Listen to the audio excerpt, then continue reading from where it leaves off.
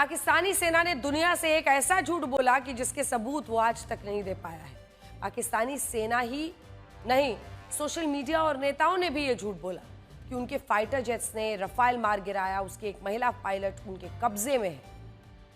हालांकि पाकिस्तानी सेना और वहां के नेता इस दावे को लेकर कभी सबूत पेश नहीं कर पाए। आज भी उनके पास कोई सबूत नहीं है, बस वो अपनी जनता को खुश करने के चक्कर में दुनिया भर में झूठ फैला। ऐसा लगता है कि भारत ने जो जो किया है उसकी कल्पना करते हुए शहबाज शरीफ ने अपने देश की तरफ से पढ़ दिया।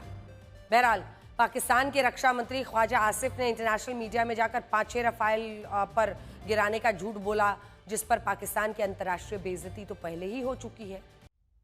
और जब उनसे फिर पूछा गया कि आपने ये कहां से इंफॉर्मेशन दी है, तो उन्होंने कहा सोशल मीडिया। सोचिए, ख्वाजा आसिफ पाकिस्तान के रक्षा मंत्री हैं, उनकी जानकारी का जो सोर्स है सेना या सरकार का दस्तावेज नहीं बल्कि एक्स और व्हाट्सएप के फॉरवर्ड मैसेजेस हैं। ख्वाजा आसिफ के झूठ पर पाकिस्तानी संसद में उनका खूब मजाक उड़ा।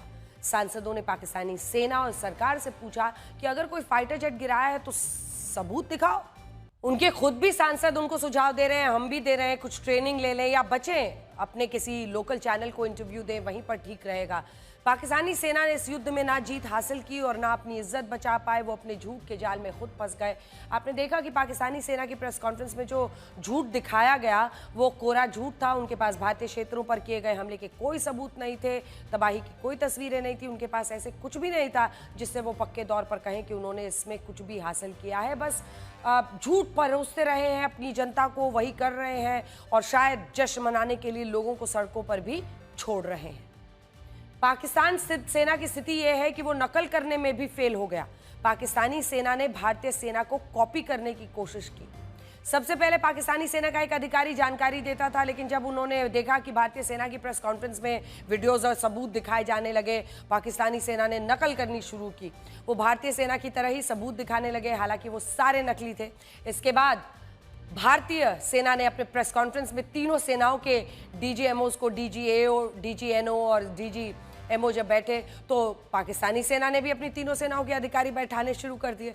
भारतीय सेनाओं के डीजी सबूत फोटो दिखाने लगे, उन्होंने भी फोटोशॉप वाले अपना पूरा टैलेंट दिखाना शुरू कर दिया। हमने आपको सारे सबूत दिखाए, आप समझ सकते हैं कि पाकिस्तानी सेना नकल और अकल दोनों में ही फेल हो गई, क्योंकि नकल के लिए भी अकल की जरूरत होती है।